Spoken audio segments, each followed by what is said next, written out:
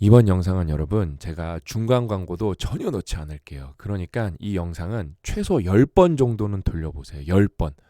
이 영상 하나만으로도 여러분 인생이 많이 바뀌실 거예요. 놀랍게도 부자들 안방에는 이 책이 무조건 있습니다. 제가 관련해서 충격적인 데이터를 보여드리겠습니다. 뇌피셜이 아니라 데이터를 보여드릴게요.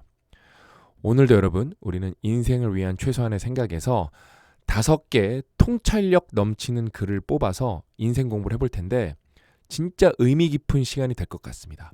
이 책은 여러분 대국민 필독서고요. 저는 10번 이상 읽었고요. 12번이 뭐예요? 지금 한 15번, 16번 읽은 것 같아요. 그 다음에 제가 대국민 필독서를 그동안 20권 안 되게 선정을 했는데 그 배경들을 보면은 이코노미스트 선정 올해의 책, 그 다음에 뭐 퓰리처상 파이널리스트에 갔던 책, 그 다음에 최근에는 뭐 워런 버핏 웨이, 그 다음에 되게 유명한 어떤 단체에서 상을 받은 책, 정말로 대단한 책들만 소개를 했는데 그 중에서도 이 책이 1위입니다. 어떤 근거로? 제가 여러분 대국민 필독서로 특강을 많이 찍었는데 좋은 책들이기 때문에 특강을 30개 정도 찍는 게 일도 아니에요. 왜냐면 거기에 좋은 내용들이 너무 많아요. 근데 이제 많이 잘 찍으면 50개까지 찍을 수 있거든요. 어떤 건 50개 조금 더 넘게 찍을 수 있고, 근데 100개 넘게 찍기는 쉽지가 않아요. 그만큼 내용이 없습니다.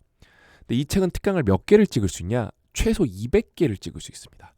그래서 저는 말로만 하는 게 아니라 최소 100개의 특강을 찍어서 유튜브에 업로드할 거예요. 오늘이 27번째 날입니다. 이 책은 여러분 압도적인 대국민 필독서고 이 책은 여러분 여러 번 읽어보셔야 돼요. 진짜 여러 번. 그래서 지금 이제 이미 이 책이 실물이 나온 지 아직 일주일이 안 됐거든요. 이미 완독을 하신 분들이 많아서 이 책은 여러분 정말 술술 읽이는 책이라서 이 책을 마음 먹고 읽으시면 하루에 다 읽을 수 있는 분들도 많고요. 하루에 다 읽으신 분들도 있고요. 주말간 읽으면 다 읽을 수 있는 분들 더 많아지고 일주일 동안 읽으시면 다 읽을 수 있으세요. 근데 그렇게 한 번 읽고 끝내시면 안 되시고 내용이 심금을 울립니다. 몇 번 정독할 듯 합니다. 이렇게 하셔야 돼요. 그다음에 되게 인상 깊은 실제 댓글이 예스24에 달렸는데 좋은 부분 책 모서리를 접어서 표시하려고 했더니 모든 페이지를 다 적고 있네요. 그렇게 되실 거예요. 여러분 우리가 밑줄 긋게 되잖아요. 책 읽다 보면은. 근데 모든 페이지를 다 밑줄 긋는 책은 잘 없거든요. 근데 이 책은 여러분 인생에서 최초로 모든 페이지를 다 밑줄을 긋는 책이 될 거예요.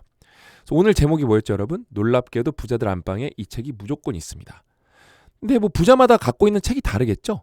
그럼 일단 이 데이터가 중요해요. 어떤 책이냐 보다도 이 데이터가 제일 중요합니다. 이거 여러분 오늘 알고 가셔야 돼요.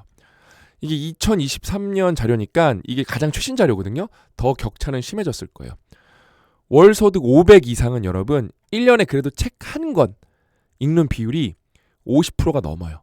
이것도 여러분 근데 안타까운 어떤 자료예요. 이거 한 80% 90% 돼야죠. 그렇죠? 근데 50%는 넘어요. 근데 월 소득 200만 원 이하인 경우에는 여러분 어때요? 독서율이 1년에 단 한 권의 책도 읽지 않은 사람이 10명 중에 9명이 넘어요.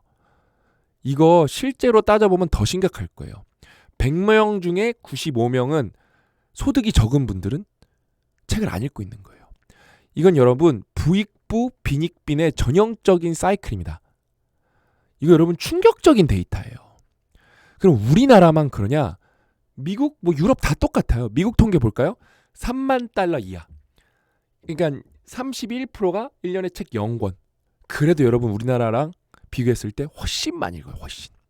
그다음에 7.5만 달러 이상을 봤을 때는 1년에 85%가 책을 읽어요. 너무 부러운 데이터죠.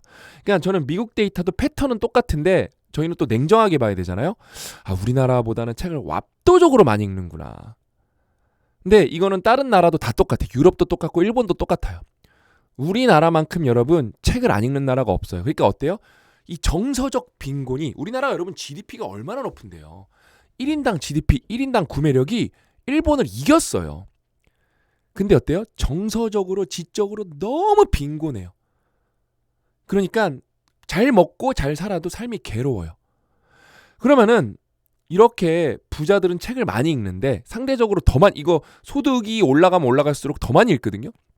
그러면 과연 그들의 책장에는 어떤 책이 있을까? 거기에서 여러분 부자들은 딱 이 책만 읽습니다. 그거는 말도 안 되는 얘기예요.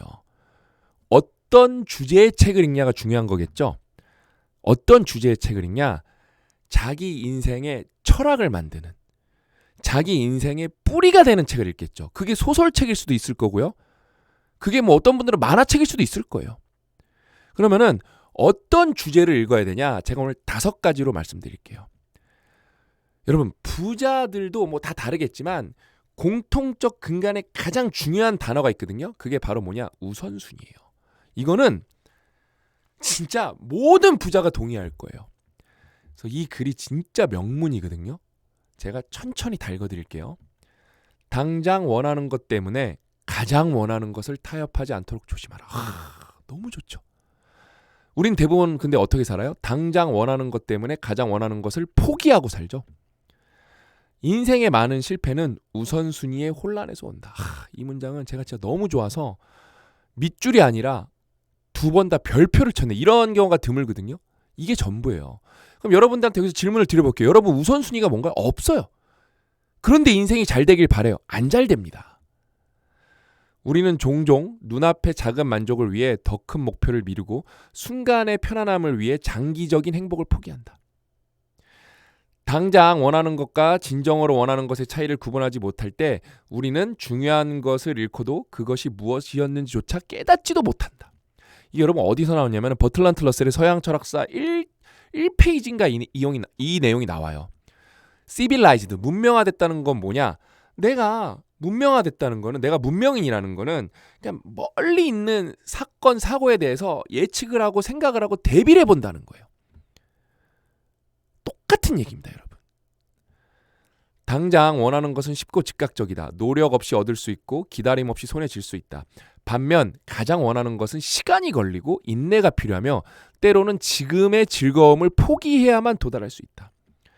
건강한 몸을 원하면서도 당장의 운동을 미루고 경제적 자유를 꿈꾸면서도 눈앞의 소비 욕구를 참지 못한다. 90%가 이렇겠죠.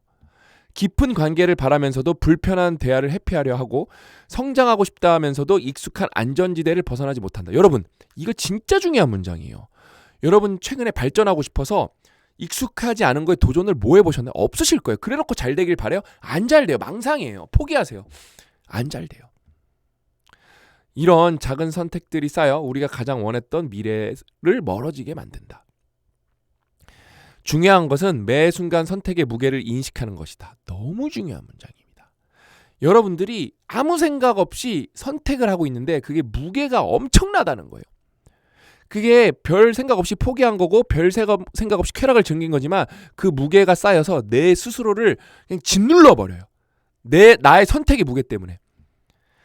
이 결정이 나를 가장 원하는 곳으로 데려가는가 아니면 그곳에서 멀어지게 하는가. 순간의 유혹에 흔들리지 않고 본질을 지켜내는 힘. 그것이 우리가 궁극적으로 바라던 삶을 만든다. 이게 여러분 어디서 나온 내용이죠? 이건 제가 좀 진짜 잘 썼거든요. 왜 잘 썼겠어요?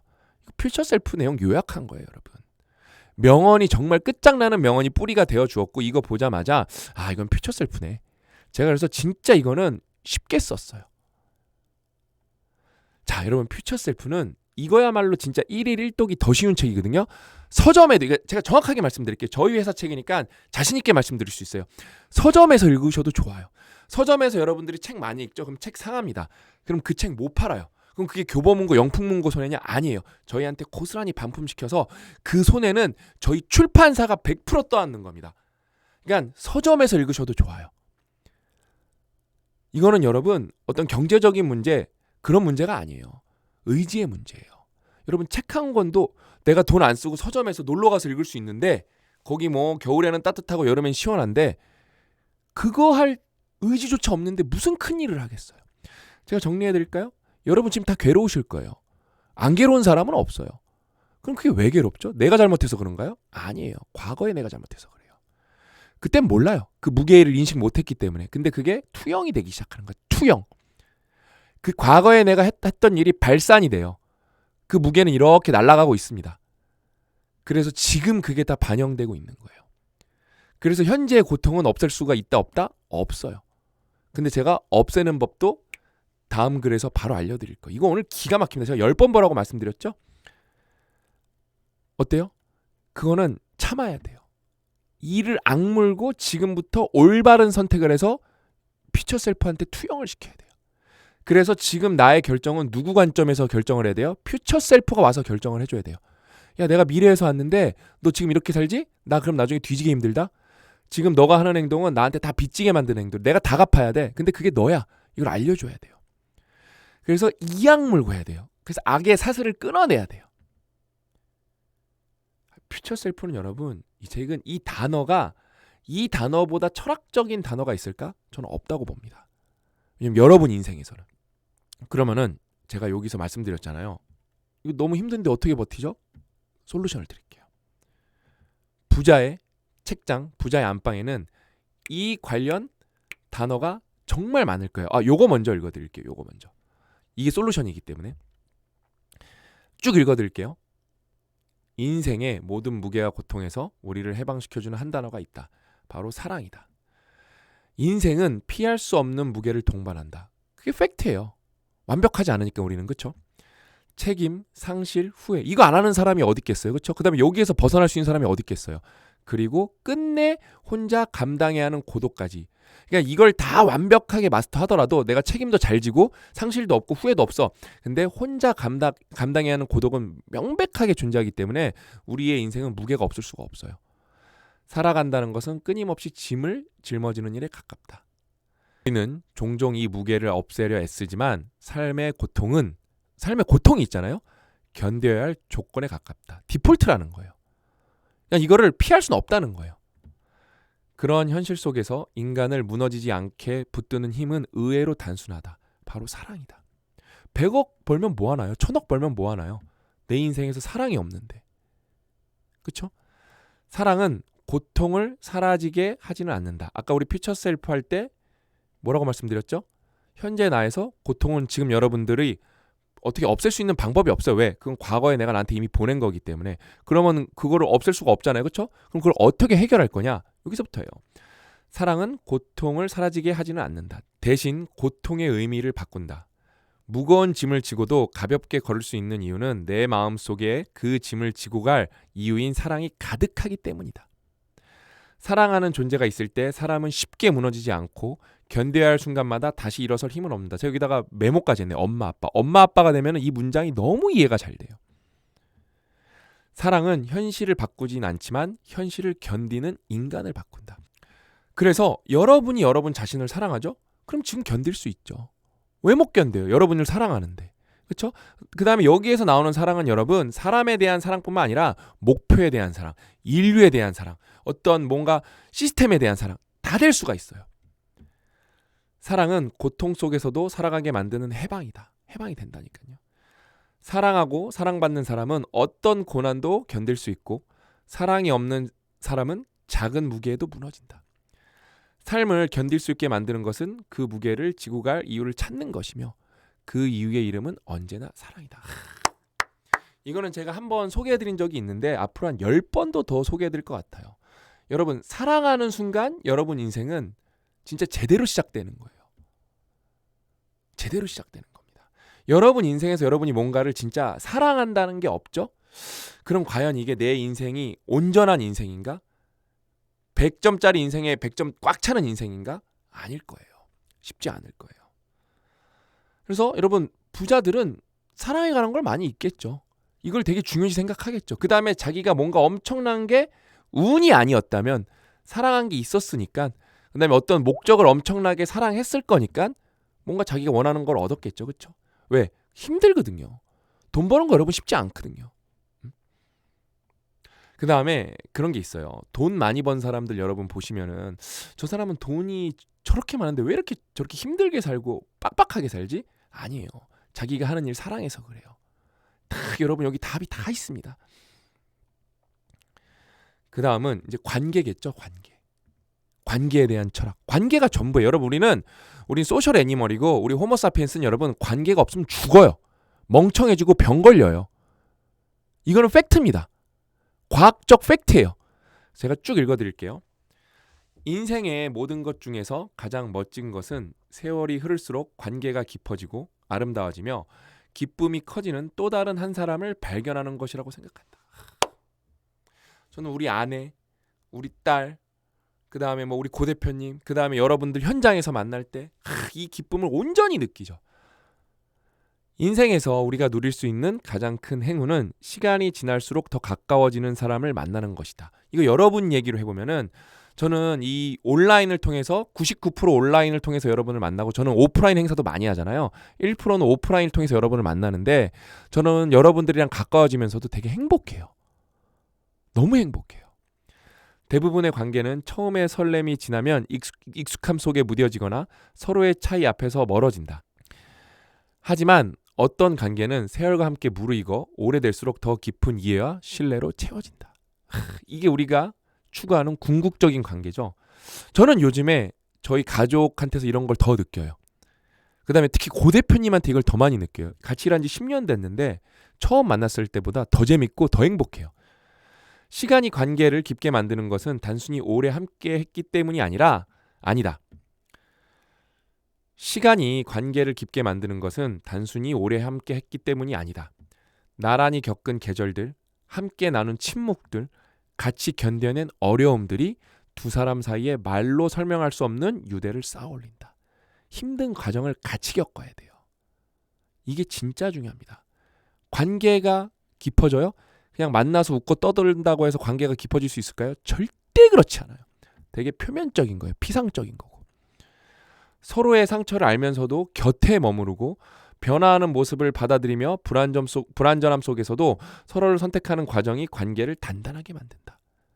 그렇게 깊어진 관계는 시간이 흐를수록 안식이 된다. 관계가 뭐가 돼요? 안식이 돼요. 안식이 돼요. 함께 있을 때 굳이 증명하지 않아도 되고 설명하지 않아도 이해가 남는다. 기쁨은 과장되지 않고 슬픔은 혼자가 되지 않는다. 이 문장도 제가 다시 읽으면 밑줄 치고 싶어요. 기쁨이 과장되지 않고 과하지 않아요. 슬픔도 혼자가 되지 않아요. 너무 좋은 문장인 것 같아요. 세월이 쌓일수록 더 소중해지는 단 한 사람의 존재. 그것이야말로 인생에서 우리가 받을 수 있는 가장 깊은 축복이다. 그냥 100억, 1000억 있으면 뭐예요?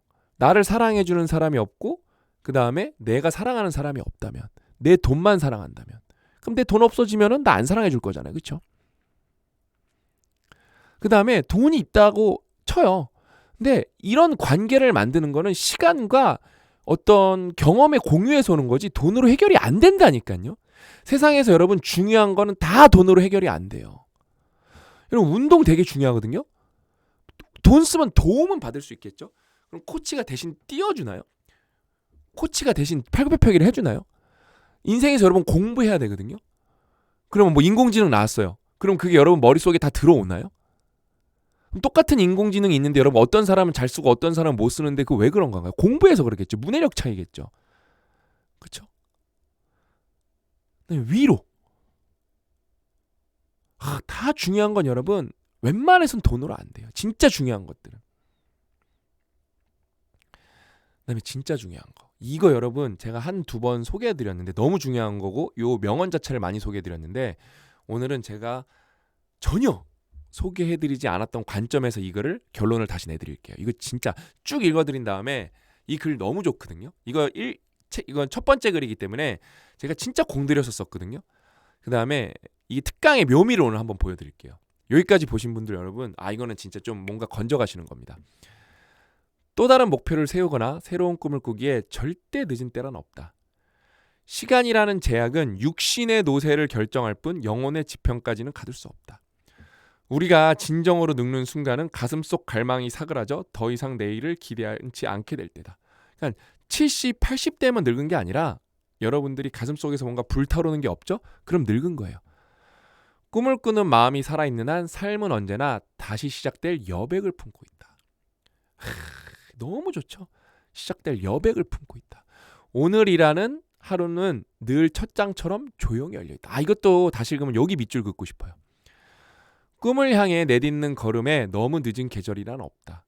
오히려 나이 들어 되찾는 꿈은 조급한 욕망이 아닌 좋은 표현입니다. 오래 자신을 바라본 끝에 도달한 진실에 가깝다. 어제의 후회에 매몰되지 않고 오늘의 새로운 목표를 세우는 행위는 퓨처셀프네요. 그렇죠? 흘러가는 시간에 무기력하게 끌려가는 것이 아니라 스스로 삶의 방향을 정하겠다는 강력한 의지다. 제가 후기들 많이 보고 있는데 여기 밑줄 진짜 많이 그으시더라고요. 인생은 마지막까지 미완성으로 남는 예술작품과 같다. 남겨진 시간의 길이를 가늠하기보다 그 시간을 무엇으로 채울지 고민하는 태도가 삶의 밀도를 결정한다.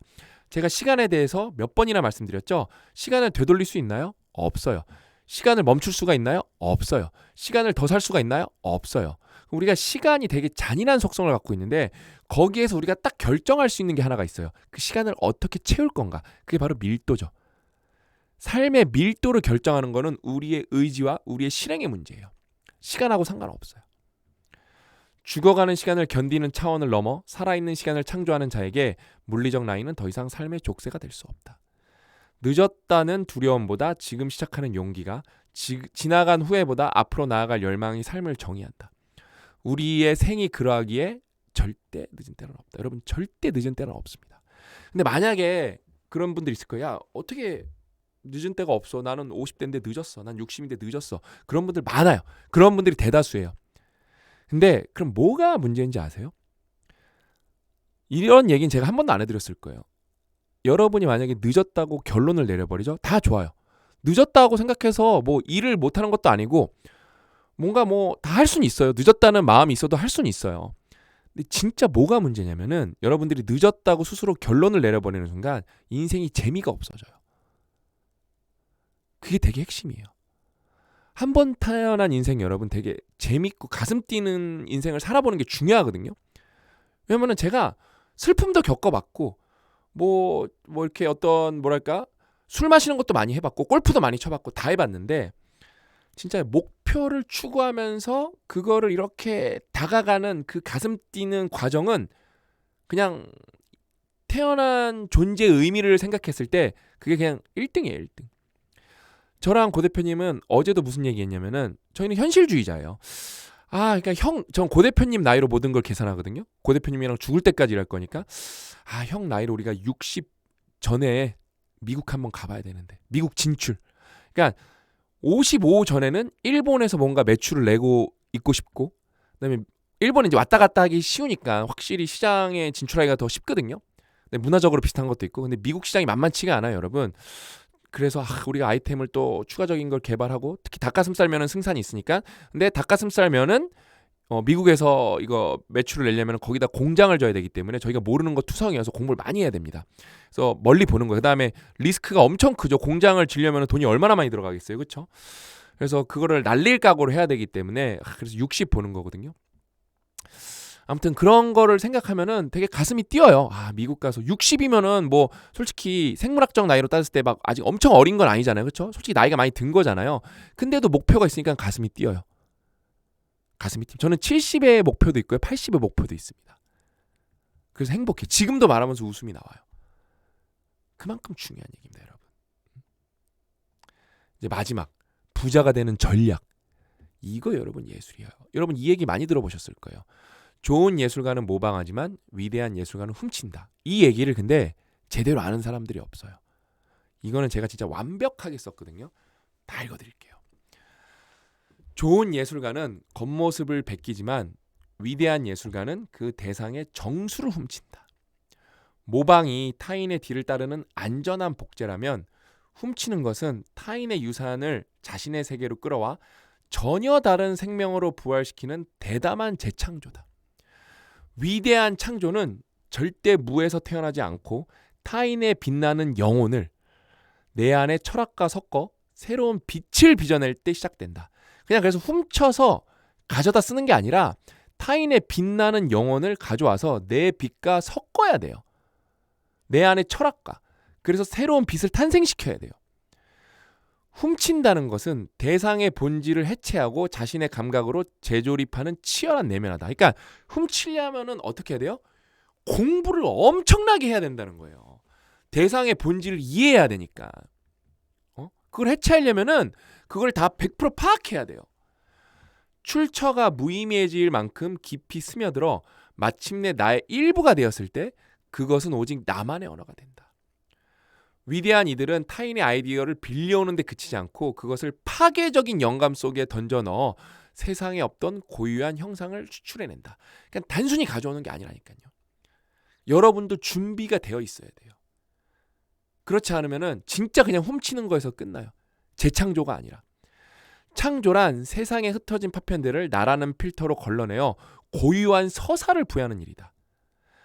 타인의 흔적에 나만의 색채를 짙게 투영하여 원본의 경계를 지우고 나만의 형상을 새롭게 빚어내야 한다. 이렇게 태어난 게 아이폰이죠.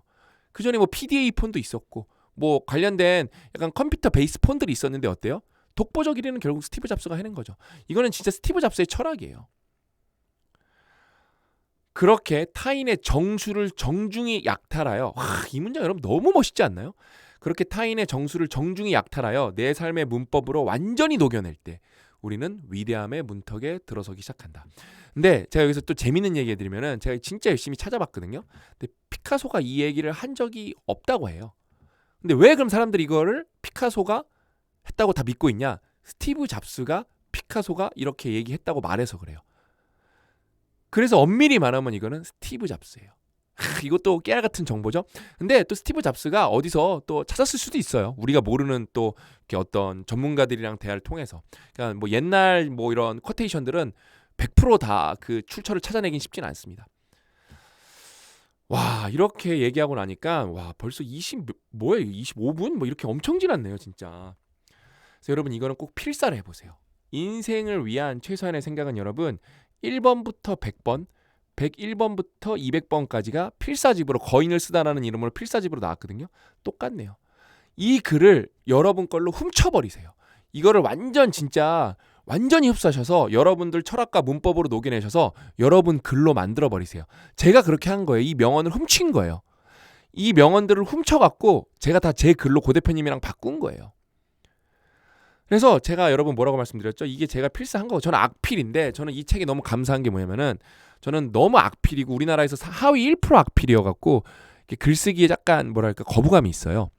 근데 이번에 천천히 써보니까 제 글씨도 알아볼 수 있고, 여러분들은 못 알아보시겠지만 전 알아봅니다. 감정의 소모를 불러일으키는 불필요한 분쟁에 자신을 지켜내는 지혜는 다 알아보죠? 여러분들은 못 알아보실 거예요. 근데 이걸 제가 방금 왜 읽어드렸냐? 그냥 필사하지 마시고 일단은 낭독을 한번 해보세요. 필사하실 때 그 책을 낭독을 천천히 한번 해서 읽어보세요. 그 다음에 필사를 하면 또 읽게 되는 거죠. 한 줄 한 줄 진짜 천천히 읽게 되는 거죠. 그렇죠?